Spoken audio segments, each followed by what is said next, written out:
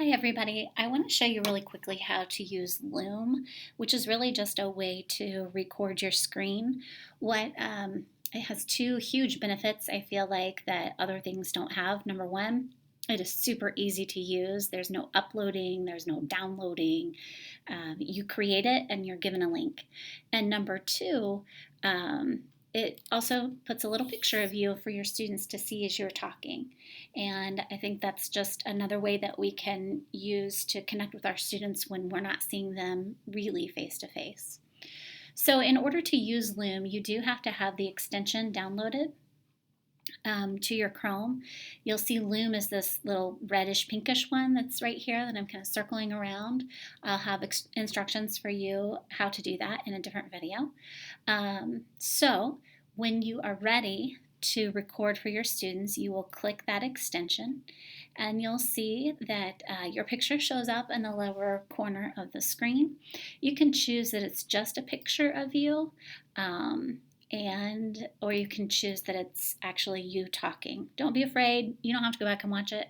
It's just a good way for your kids to connect with you. I'm going to choose full desktop. And when I scroll down over here, it's not going to let me.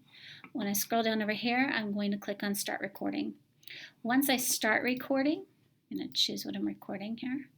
You'll see that I have a countdown, but you'll also see the tools that I can use in the lower left-hand corner of the screen. Right here, if I want to change I guess you can't. And there we go. I can change how big my picture is. So that's really big. So I'm going to stay small over here. And if I get started and I just hate the video from the very beginning, I can go ahead and click on that X to cancel it. It will ask me if I'm sure that I want to cancel it, yes or no, and proceed.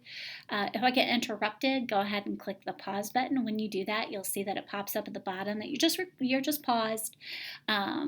And then I can click resume when I'm ready to continue. And then when I'm happy with my video, when I'm done, I would click this button here. But I just want to show you that this is Amanda Scott's Canvas page for today.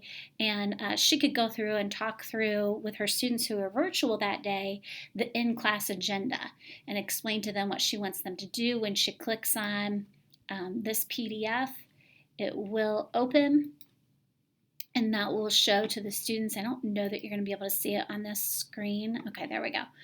So when I click on it, it will show up. It does take my picture away down in the corner, but I think that's okay. She can talk through what she wants her students to do with this handout and then come back to her Canvas course and continue discussing with students. When you're finished, you'll click that check mark in the bottom corner and see up here, it automatically just gave me it copied the URL to my new video. It is that fast.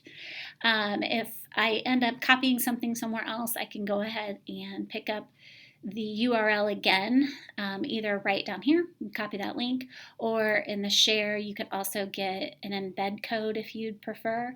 So this is the link that you could put on your Canvas course, for, if you're at home today and you're supposed to be in school, click here. This is also where you can do some editing.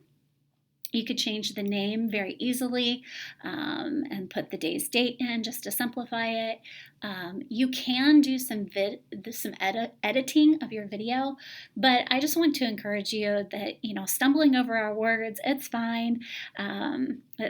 That's normal. A normal class, we're going to have those things anyway. So I think that helps our students connect with us even more when we have things like, oh shoot, that's not what I meant to say. Let me say it this way instead.